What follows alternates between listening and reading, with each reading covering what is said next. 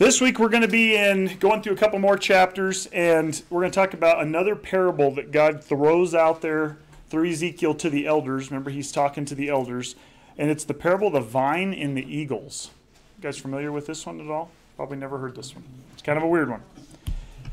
Here it is. Starts in Ezekiel 17. Begins in verse 2. He says, "Son of man, tell a riddle, and quote a proverb to the house of Israel, and you must say, Thus says the Lord Yahweh, the great eagle with great wings and long feathers and full of variegated plumage came to Lebanon, and he took the treetop of the cedar." We're going to go through it, and then we're going to go back and break it down. I want you to get the whole picture first. "He plucked the top of its new plant shoot, and he brought it to the land of Canaan and put it in a city of merchants. And he took from the seed of the land and placed it in fertile soil on many waters. Like a willow he planted it, and it sprouted, and it became a vine, spreading out low of height, turning its branches to him, and its roots were under it. And it became a vine, and it made branches, and it set out foliage. And there was another great eagle, great of wings and with abundant plumage, and look, this vine stretched out its roots toward him and extended its branches to him to water it from the garden bed where it was planted. It was planted in a good field by many waters to produce branches and to bear fruit, to become a beautiful vine. Say, Thus says the Lord Yahweh, will it prosper? Will he not tear out its roots, and will he not make its fruit scaly, and it will wither, and all of the freshness of its vegetation will dry up? And to lift it from its roots will not require great strength or many people. And look, though it is planted, will it prosper? When the east wind strikes it, will it not dry up completely? On the garden bed of its vegetation, it will dry up." Kind of a weird parable, right? A lot of different, there's got these eagles and vines and stuff. What in the world is he talking about? Chapter 16, what was kind of if you had to summarize it in a couple sentences, what was chapter 16? This thing was grown in this woman, and then the woman turned away and became worthless, the unfaithful wife. And here you have these vines and these shoots off the cedars and these eagles. I want you to keep in mind the theme of chapter 16 as we're going to look at this, because they do have some crossover that he's trying to get across here to the elders. Okay, so what in the world is going on? So let's break this down a little bit. Okay, the great eagle with great wings and long feathers and full of variegated plumage came to Lebanon, and he took the treetop of the cedar. Who in the world are these people representing? Who does this represent? So who's the great eagle? Nope, not in this one. Nebuchadnezzar. In this instance, the great eagle is Nebuchadnezzar. Okay, what does he do? He comes to Lebanon, which is basically where they're saying Jerusalem. Okay, he comes to Jerusalem, and what does he do? He took the treetop of the cedar, takes the top of it off. Took the best of the best. And so before Ezekiel ended up in exile, historically, what happened? Nebuchadnezzar comes to Jerusalem, and what does he do? Not yet. He hasn't destroyed it. He comes in and he takes the king, Jehoiachin, and all the nobility. And where does he go with them? Back to Babylon. And what happens to Jehoiachin in Babylon? Does he execute him? No, that's not Jehoiachin. No. He takes him back, and he basically allows him to flourish he gives him good rations. There's an indication in the records of ancient Babylon that they were not looked at negatively. I mean, he kind of brought him here to be like, you're going to be under my control, but I'm not here to completely annihilate you. And so when he did that, which I'm kind of getting ahead of myself, we'll talk about that in just a second. The treetop represents Jehoiachin of Israel. So this is the very beginning. And Ezekiel has already seen this. The elders have already seen this particular piece. Eagle comes in, takes out Jehoiachin. Back to Israel they go, Babylon. He plucked the top of its new plant shoot, and he brought it to the land of Canaan, and he put it in a city of merchants. Okay, the city of merchants is probably Babylon. That's the idea, is he takes this out, puts it in Babylon. So Nebuchadnezzar takes Jehoiachin, his whole family, the nobility, and off we go into exile. Okay. Remember, there's kind of like 3 waves of exile. You had the very beginning, then you had another wave, and then you had the final one where they destroyed Jerusalem. So there's kind of three waves that Babylon took out Israel. Okay? They were planted there, allowed to flourish. So you can kind of envision the vine. It gets planted in a new place, and then it's allowed to kind of grow a little bit. Israel kind of grew, just not in its own area. So you kind of have Jehoiachin. But what's going on in Israel after Jehoiachin is taken out? What does he do? He's got to have somebody on the throne, so he puts another king in place. And it's Jehoiachin's son. And this is the guy named Zedekiah. You've heard of Zedekiah. Okay? We're going to talk about that. He took from the seed of the land and planted it into fertile soil on many waters. So he takes Jehoiachin's son, Zedekiah, his name wasn't Zedekiah, he changed it to Zedekiah, puts him in Israel as his king. So now you're the guy that's going to be in charge there. And what's the goal here? I mean, what's the purpose of putting Zedekiah there on the throne? What's he supposed to do? He's supposed to do what Nebuchadnezzar did. Yeah, he's the puppet king. That's the idea. You're supposed to be the puppet king. And you're just going to do what I tell you to do, and everything will be fine. Now let's just think about that for a second. Nebuchadnezzar comes in. We know there's judgment going on in Israel, right? They're being judged. And he removes Jehoiachin, who's the top of that cedar. That's what the representation is. And he puts in a puppet king. Now the puppet king can follow Nebuchadnezzar and do exactly what he says and just be his understudy kind of in that area and just do his thing. And what happens to the land of Israel if that takes place? It's going to flourish. I mean, Nebuchadnezzar was not originally intending on destroying Jerusalem. That wasn't what he wanted to do. He wanted to take it over and control it, but it wasn't like put it to the ground. He wanted to have somebody on the throne that he knew would be only loyal to him, that he could tell, here's what you're going to do, influence, run it from his perspective. But that was the plan. And we know that because that's what he did. He went in, he removed the guy who was in charge, and he put his own guy on the throne, who happened to be a relative of Jehoiachin, his son. And he says, now you do what I say, we won't have any problems. He plants him to flourish. So who was the seed of Jehoiachin? Zedekiah. Nebuchadnezzar plants Zedekiah to be the puppet in Jerusalem. That's the plan. Then you go here. Like a willow he planted it, and it sprouted. It became a vine spreading out, low of height, turning its branches to him, and its roots were under it. And it became a vine, and it made branches, and it set out foliage. So what happens when Zedekiah is on the throne in Jerusalem? What happens to the nation under Babylon's rule? It's actually doing okay. It's growing a bit. I mean, it's doing what these nations would do. You come in, you take over another one, you put your people in charge, and then you want it to produce for you. And that's what Nebuchadnezzar's idea was. I own them, I'll put my guy there, they'll produce, and I'll get the glory for it. And I'll get to participate. Low of height. It wasn't big as he was. Remember, it's not a cedar. It's just a very low vine that's no threat to the other to Nebuchadnezzar. It's below him. It's beneath him. And so it's kept low for that purpose. I mean, Nebuchadnezzar doesn't want competition. He just wants a vassal state, essentially. I just want something I can control, and all the people there will be under my reign through Zedekiah. That's the representation. Okay? So Jehoiachin's families remained under Nebuchadnezzar's rule and authority. They were not destroyed. Now he has Zedekiah on the throne, ruling under Nebuchadnezzar's authority. And the key is he needed to be loyal to Nebuchadnezzar, right? That's the key. That's that low vine. You're underneath me. We're just going to have you kind of be there, not a real threat. Now this is interesting. I want to show you this in, again, these are the comparison of verse 1 and verse 7. Because in the first chapter, in the very first verse, it talks about this great eagle that comes.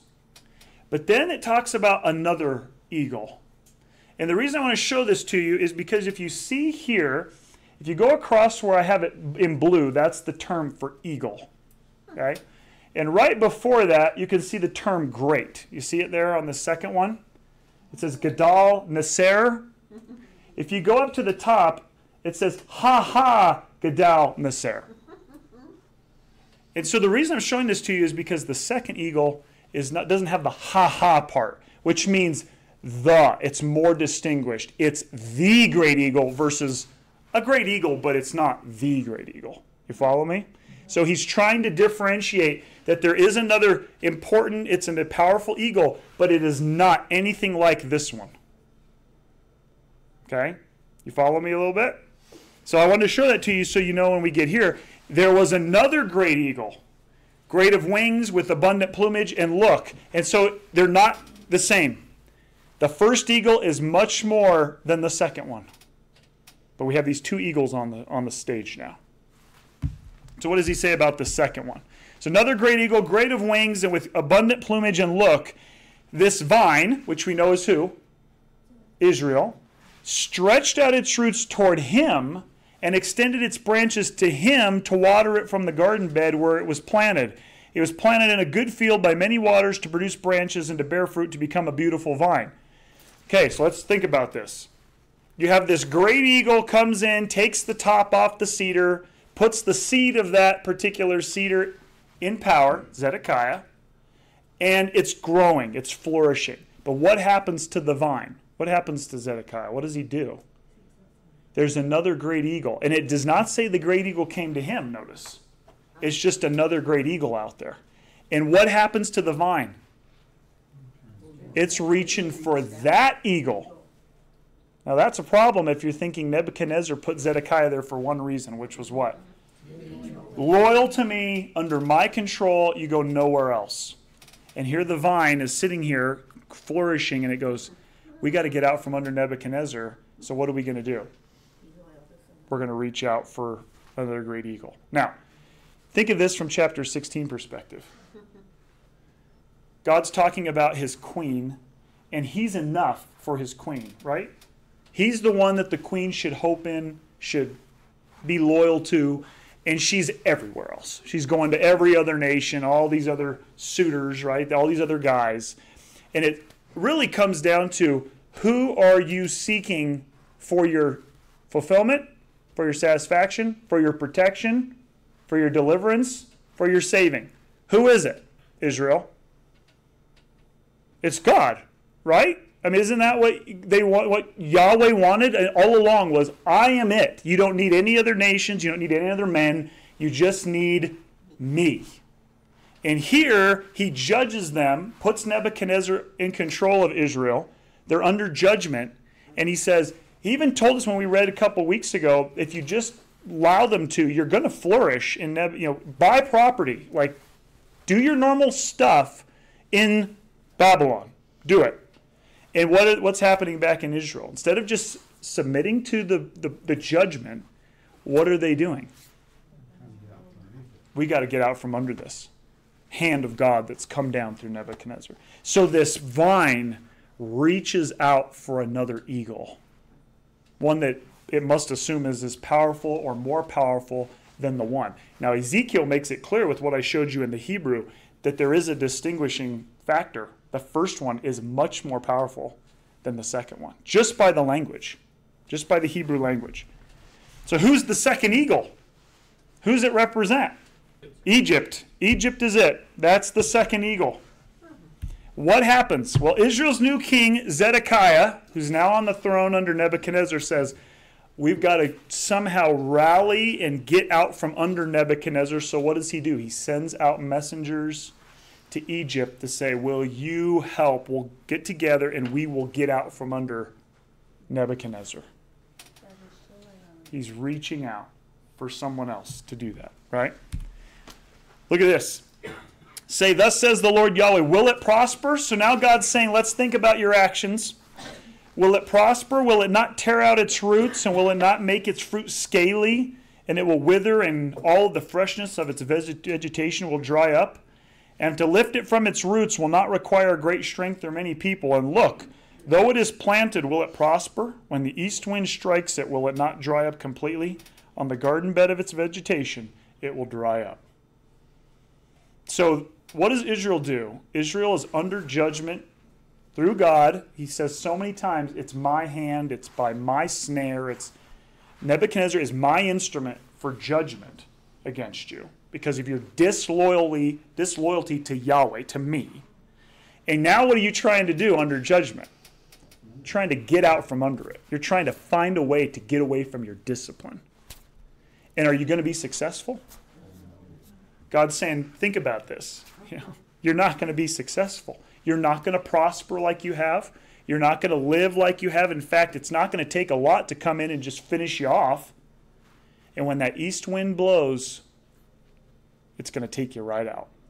So when Nebuchadnezzar comes back in, and what does he end up doing? He destroys it. Kills Zedekiah, kills his kids, gouges his eyes out, all kinds of terrible stuff. What do these questions imply will happen to the vine by going after the second eagle?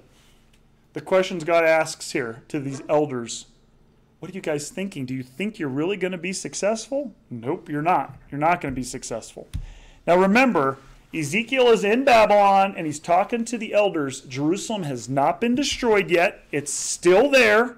Zedekiah is on the throne, and here Ezekiel is throwing this out to the elders. So there's a little bit of history mixed with a little bit of prophecy in this particular parable of the eagles and the vine. Zedekiah is there. And so here in verse 12, he says, "Say now to the rebellious house of Israel, do you not know what these are?" Now you're an elder sitting there listening to Ezekiel talk about eagles and vines and all this weird stuff. And here God now looks at the elders through Ezekiel and says, do you guys not know what I'm talking about with my parable? It's kind of a funny question. They probably may have gotten pieces of it, but probably not the whole thing. So a summary interpretation. Babylon came first. They took them into exile right at the very beginning. That's Jehoiachin gets removed in the nobility. He puts a puppet on the throne in Zedekiah. Zedekiah rebels against Babylon by going out to Egypt to try and see if he can get out from under him. Zedekiah doesn't survive because he ends up the siege comes to Jerusalem. He tries to escape. Nebuchadnezzar captures him. He's taken to where Nebuchadnezzar is. They execute his sons in front of him, and then they gouge his eyes out. That's what happens to Zedekiah. Jerusalem, obviously, after this or during this, is completely destroyed.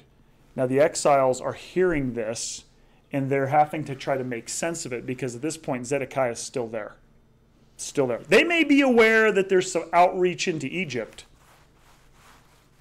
but they don't know exactly how it's going to end. So my question was, why the riddle and the interpretation? I mean, why not just throw it out there, right? Here's Ezekiel 16 from last week. The head of every street you built your high place, you disgraced your beauty, and you spread your feet for every passerby, and you increased your whoring, and you prostituted with the Egyptians, your neighbors. This is last week when we were doing Ezekiel 16 about the unfaithful wife. Who did the unfaithful wife go to for satisfaction? The Egyptians.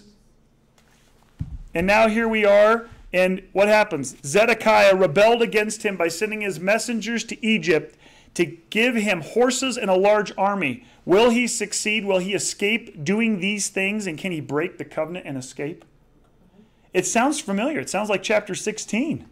It's the same problem going on with the people in Israel. The leadership in Israel, the nation itself, is trying to find a way to not only, they're not even seeing the judgment. Like they might have kind of been like, where is Yahweh? He's left us. How does this happen? I thought God would take care of us.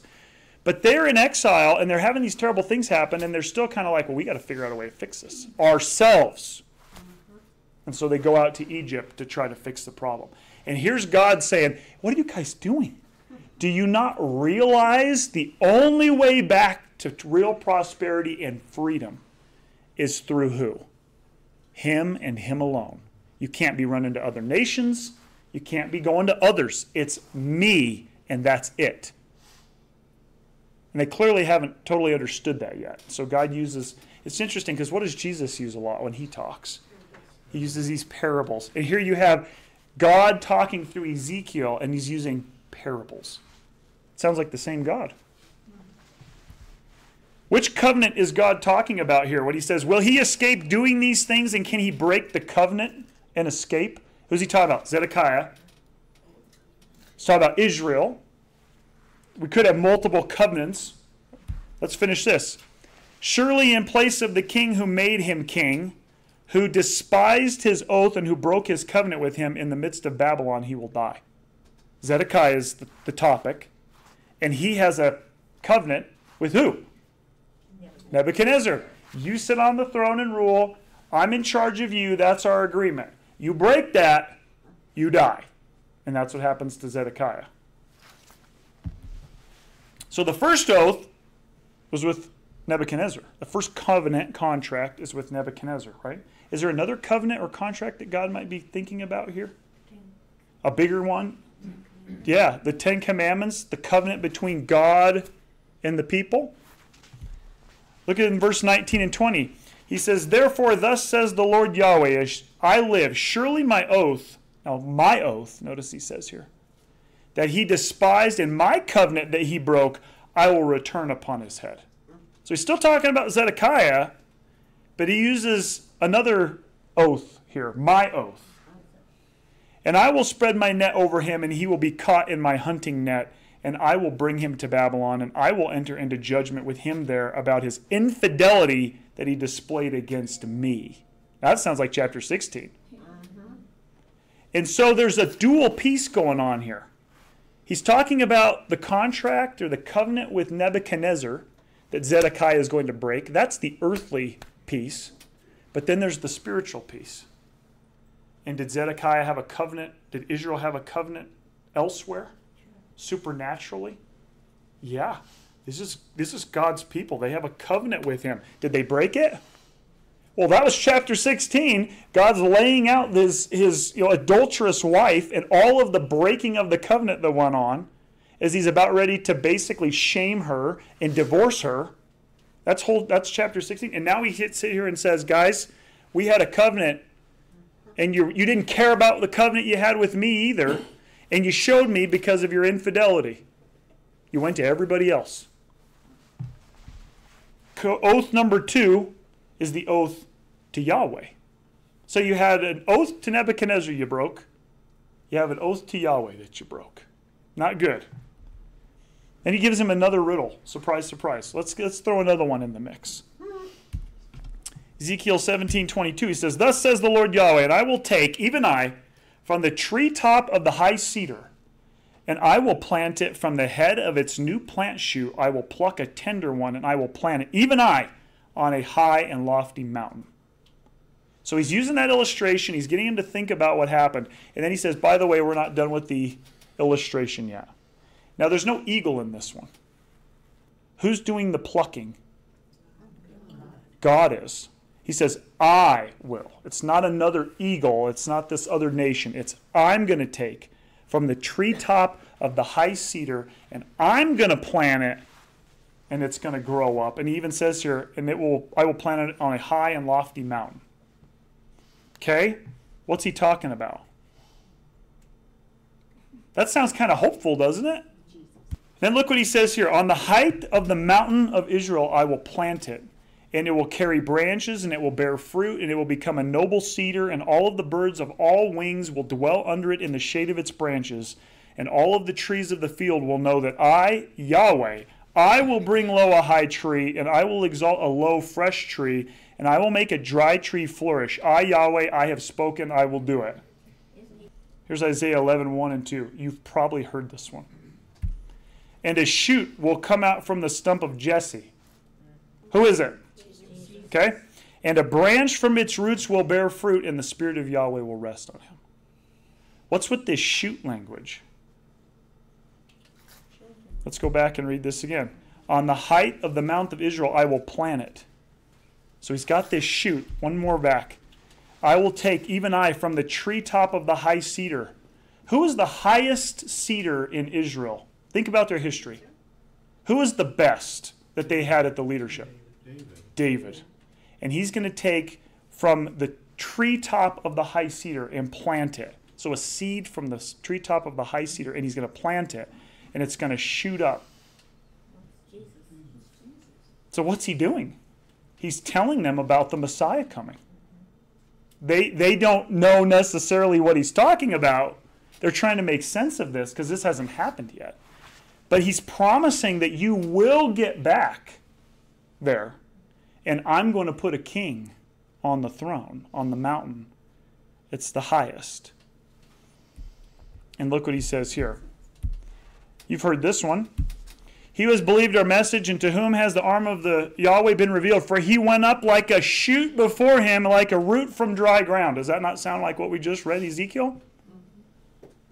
He had no form, no majesty that we should see him, no appearance that we should take pleasure in him. He was despised and rejected by men, a man of suffering and acquainted with sickness, like one from whom others hid their faces. He was despised, and we did not hold him in high regard. Now we know who this is about. And Isaiah was just before Ezekiel. Right before. They probably haven't had a little crossover. But you had Isaiah in the timeline, and then you have Ezekiel come. And he's talking about this shoot. However, he was the one who lifted up our sickness, and he carried our pain, yet we ourselves assumed him stricken, struck down by God, and afflicted. But he was pierced for our transgressions, crushed because of our iniquities. The chastisement for our peace was upon him, and by his wounds we were healed. Now we know this is about Jesus. But now in light of Ezekiel 17, as the elders are sitting here listening to this riddle and parable, they're having to say, what are you talking about? A new shoot that's going to come up from the top of the cedar? It's going to be planted on the mountain in Israel? This is like what we always dreamed of, right? On the height of the mountain of Israel, I will plant it. And notice he says it will carry branches. It will bear fruit. It will become a noble cedar. It's not a vine anymore. Who's on top of this mountain? Someone. And it's grown into a cedar, and all of the birds and all wings will dwell under it in shade of its branches. The shoot turns into a cedar rather than a vine. That's what you want, because cedars are the biggest and the best. That was the idea. It will be planted in Israel on the highest mountain. Probably Mount Zion would be what we would declare. Other nations will come to it for protection. They're going to be the ones that are going to come and partake of the fruit and dwell in the branches and be under his rule and reign. Now where are we at in the timeline? This sounds like future. Sounds like when Christ comes back, doesn't it? All the nations will be subject to him. There's this thing in the ancient world called the cosmic tree motif. Have you ever heard of this? So the ancients and all the different groups out there, civilizations, all had this concept of what we might call the cosmic tree. Okay? And it's the belief that there was a center point of the earth, and there was a tree there that was growing, and it went up to heaven. It was on the earth, and the roots went to the underworld. It was literally the point where everything connected. Every civilization seems to have one of these when you go and you look at their belief systems. It was obviously illustrated as a tree. Some of them actually did it as a mountain. Some of them had a mountain with a tree in it that connected all these three parts. Japan, in ancient, Japan, it was Mount Fuji. It might still be to some degree in what they believe. That's the center part of the earth, and this is where everything runs, right through this mountain, if you were to get inside it. It's kind of that. In like the Norse and Vikings, they had the Yggdrasil tree. And in this case, it had all these branches that had these different things, but it was the connection of heaven, earth, underworld. In Islam, they actually hold that the Dome of the Rock is the center point, or it's kind of this connective piece. It's a mountain. In Judaism, what is it? Mount Zion. What's the center of the universe? The center of the earth. In their mind, it's Mount Zion. It's Jerusalem. Jerusalem's actually even called at one point the navel of the earth. That's how Ezekiel even refers to it, is the navel of the earth. You ever heard of the axis mundi? That's what this is called. It's just a concept that ran through ancient civilizations. And so when you have this illustration of this cedar being planted on the mountain in Jerusalem, in Israel, other civilizations, including Babylon, would have said, what are you saying? Where's the center going to be? Where's it all going to revolve around? Who does it revolve around? Look at this picture. This is from the Middle Ages. Where's the center of the earth? It says Jerusalem in that center circle. And you have Africa, Asia, and Europe, and you can see America and some of these. But this is from the Middle Ages. They even had a concept of where's the center of the earth. It's in Jerusalem. The idea here is there's running through this is not only the idea that God's going to plant a cedar on a mountain, but it's going to become the center of everything. It is the point where heaven, earth, everything comes together. And God's going to set it right here on Mount Zion at some point. Look in Daniel chapter 2. Look at this verse. You, O king, were looking, and look, there was one great statue. Remember, he has this vision of the statue? This statue is huge in its brilliance, extraordinarily standing there before you, and its appearance was frightening. The head of the statue was of fine gold, its chest and its arms of silver, its belly, its thighs of bronze, its legs of iron, its feet part of them of iron and part of them of clay. What's Nebuchadnezzar seeing? He's getting this vision of all these nations that are going to be coming or have come, and Nebuchadnezzar's going, tell me what I see, and he's the top, and then it just kind of goes through history, right? History to us. Then he says, you were looking on until a stone was chiseled out that was not by hands, and it struck the statue on its feet of iron and clay and broke them into pieces. Then the iron, the clay, the bronze, the silver, and the gold all at once broke into pieces, and they became like chaff from the summer threshing floor. The wind carried them away. Any trace of them could not be found. Now catch this part. But the stone that struck the statue became a great mountain and filled the whole earth. What's the imagery? Whoever's coming after these nations is going to be that cosmic mountain. They're going to be the center point. They're going to be the great one that can't be moved. And so that would have impacted their worldview because they had this concept of the center of the earth, the mountain, the tree. And here now, what is he saying? This statue is going to be destroyed and this mountain's going to fill the whole earth. Isn't that kind of a weird thing to have the vision of the mountain taking over, like filling up everything? The great mountain. John says, now is the judgment of this world, and now the ruler of this world will be thrown out, and I, when I am lifted up from the earth, will draw all people to myself. What did he say in Ezekiel 17 that this cedar would do? People would dwell under his wings. They would dwell in the branches. And here Jesus tells John, when I'm lifted up from the earth, everyone's going to come and they're going to do that. They're going to dwell in my branches. And is that not true? I mean, what did the kingdom of God do? Jesus comes and the gospel goes forth. What happens? People come in.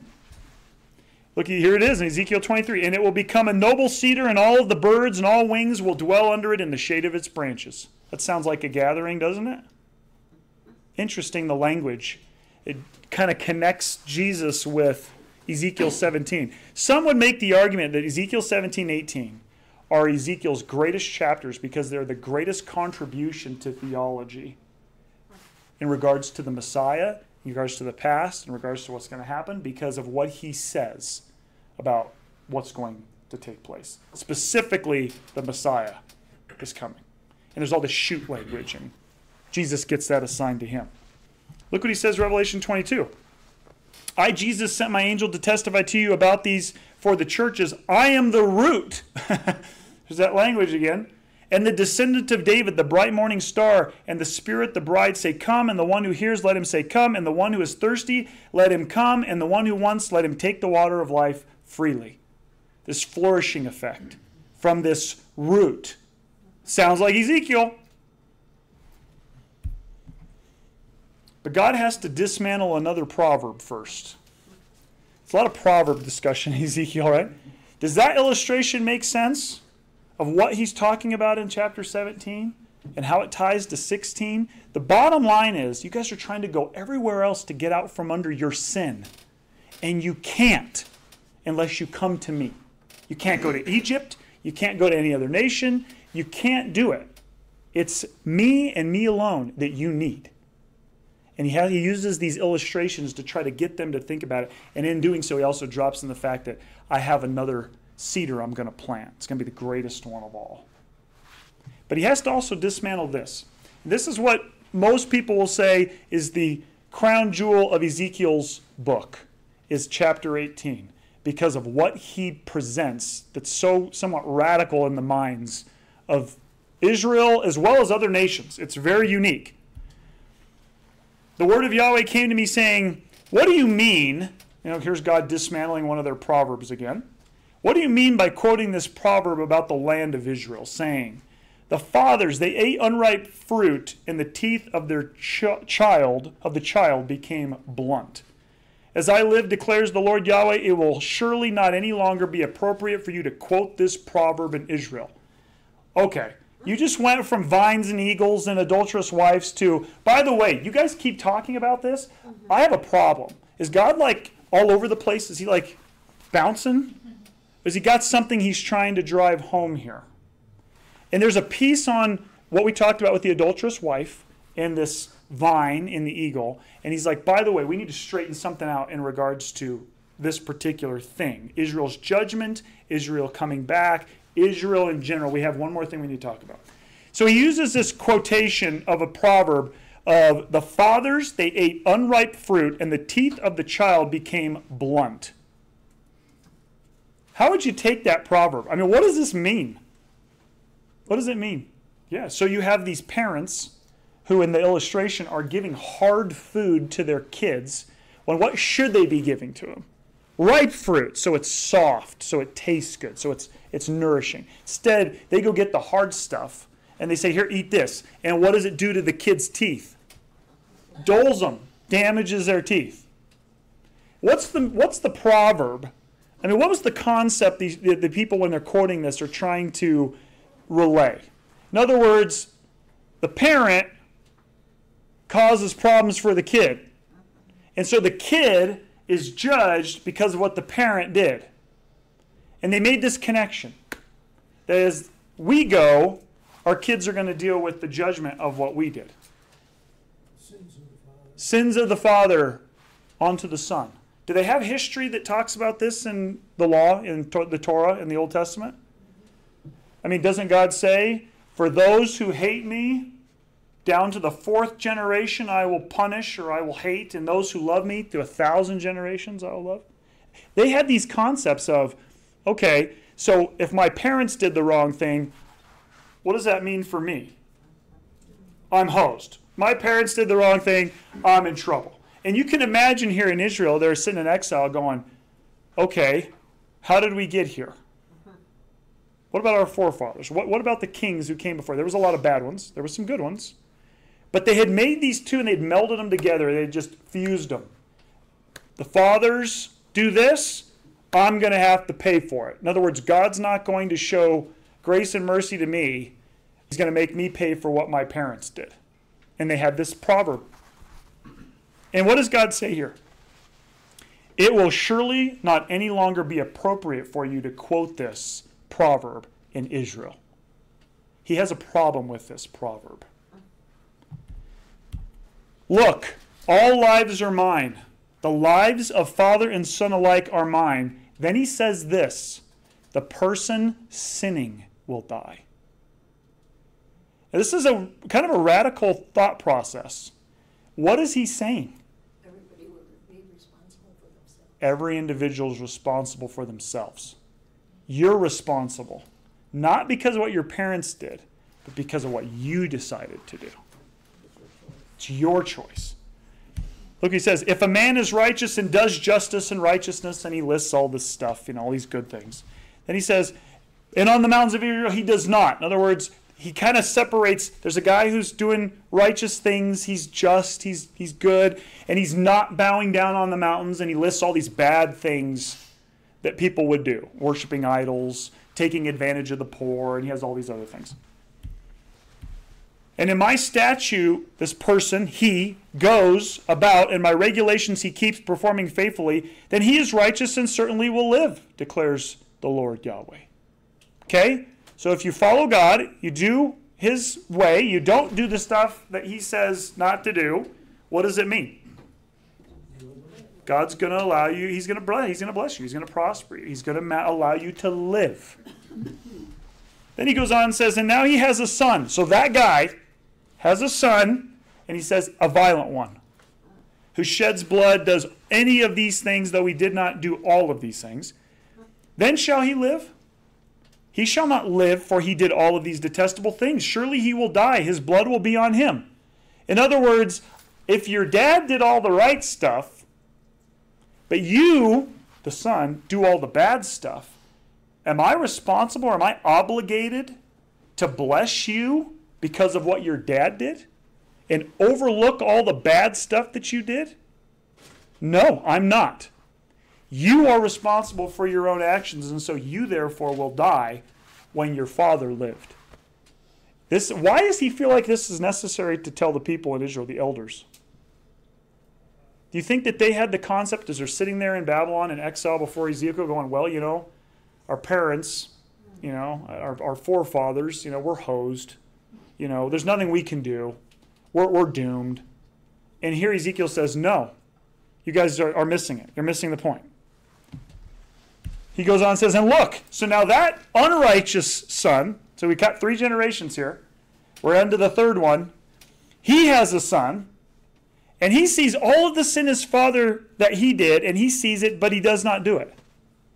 He does my regulations. He goes in my statutes. He will not die because of the guilt of his father. He will surely live. 3 generations. One's loyal, one's evil. This one realizes what his dad was doing was evil, and he comes back to God, and God says he'll live. Live, die, live. Yet you say, why does the son not bear the guilt of the father? There must have been a question going on in Israel of, we can't get out from underneath what our folks did, what the generation before us did. We're going to be held responsible for that. Remember this context. Why this proverb on the heels of the vine and the eagle parable? Remember, it just came right after the fact that you got these 2 eagles and you got the vine goes out and is reaching to Egypt. You're there because of what you have done in your hearts with idolatry, with turning away from me, not what your fathers did in the administration level or at the state level or at any level. What are the exiles thinking about themselves in light of this? Well, it really doesn't matter what I think or believe or what I do. It only matters what our leaders did, our forefathers did, the Zedekiahs and the Jehoiachins. It only matters what the state does. And so we're under judgment because of the state. And so we're going to die because they deserve to die. They were playing the victim. Yeah, we're the victims of, and we can't change it. We can't get out of it. There's no hope for us. What did the ancients think about their hardships many times when it comes to this concept of cursing and blessings? They thought the gods, if the God had something against your dad, he's coming after you or your kids or your grandkids or whatever. They had this concept in the ancient world. They weren't about individuals. It was about, I don't like this family. And so that God would target that family. So if I had something bad happen, must have been something my parents did. And he went away, he saw a blind man from birth, and his disciples asked him, and saying, his disciples, Rabbi, who sinned, this man or his parents, that he should be born blind? They still had the concept, 1,000 years later, however many hundreds of years later, they're still going, well, clearly this guy either did something, because they did believe that you were sinful even in the womb, okay? But it must have been something his parents did, because that's why he got judged for blindness. That's weird, but that's their thought process. And what does Jesus end up telling him? It's not that, it's so that the glory of God can be revealed through him. That's what he ends up saying. Jeremiah 31:29. In those days they will say no longer, parents have eaten unripe fruit and the teeth of the children are set on edge. Jeremiah is in Israel saying this, while Ezekiel's in Babylon in exile saying this. Remember, they're contemporaries. And they get the same proverb that it must have been floating through the air in all places. And he's like, no. We got to undo this weird common knowledge that's going around. In verse 23, God says, have I delight by any means in the death of the wicked, declares the Lord Yahweh, and not in his turning from his ways so that he lives? Why in the world... God's kind of asking them, why in the world would I want to kill kids for what their parents did? You think I take pleasure in that? This proverb totally mischaracterizes God, doesn't it? He doesn't want people dying and being judged. He wants people to turn from their way or their parents' way or what they were taught, and then he wants them to live. How do you do that? What's the key to go from death to life? Obedience. Yeah, repenting, coming and saying, God, I recognize what my parents did and what I was taught is not your way. And I want to do it your way. And I'm going to remain loyal to you. I'm going to follow you. And what does God say? You just turned from death to life. If you believe God, righteousness is accredited to you. That's what he told Abraham, right? We think, well, okay, God's just being mean. He's going to curse him down to the 4th generation because of what the dad did over here. Well, what's the concept? If you have this person and they sow evil into their kids, It affects how they learn. odds are that's what they're going to embrace. And then they're going to teach it. And then they're going to teach it. But on every instance of that, there's an opportunity for them to come to realization and turn. So you can't ever say, I didn't have a choice. But a lot of people do. A lot of people think it doesn't matter. I'm never going to get out of this. Because God has already against me and I didn't even choose that. You know, one thing you kind of see that is going on in our culture today is, remember the reparation stuff that's been going on? There's all this like, we're going to make these people who are alive today pay reparations for like people that held slaves back then. Is that not exactly this? I didn't have any slaves. I'm sure that somewhere down the line in the back of the 1700s, there was probably somebody who did. So should I be responsible for the sins of the father that I had, or grandfather, great-grandfather? Before we wrap up. Yet you say the way of the Lord is not fair. I have no pleasure in the death of the wicked. I want them to turn. And yet you guys are looking at me here in exile going, this just isn't fair. This isn't fair. We didn't get to make our own decisions. We didn't get to decide this.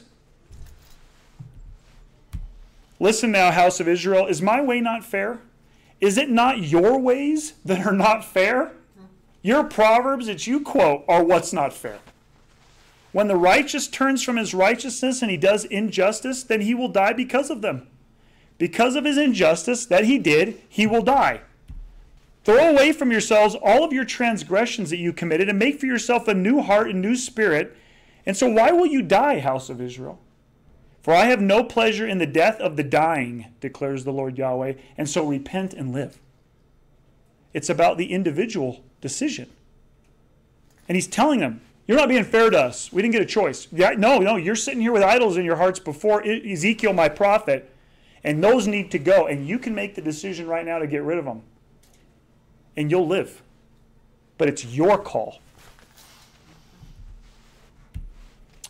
Jeremiah, look, the days are coming, declares Yahweh, and I will make a new covenant with the house of Israel and with the house of Judah, not like the covenant that I made with their ancestors on the day of my grasping them by their hand, bringing them out from the land of Egypt, my covenant that they themselves broke, though I myself was a master over them, declares Yahweh. There's a new contract. And the contract is what? Grace. Jesus' blood covers your sin, but it's not passed down because you're a Jewish person or your parents went to church and had faith in Christ. You yourselves are responsible. And I'm going to make a new contract with every one of you. New heart, new spirit. And then you have the chance to respond. You get to decide your loyalty.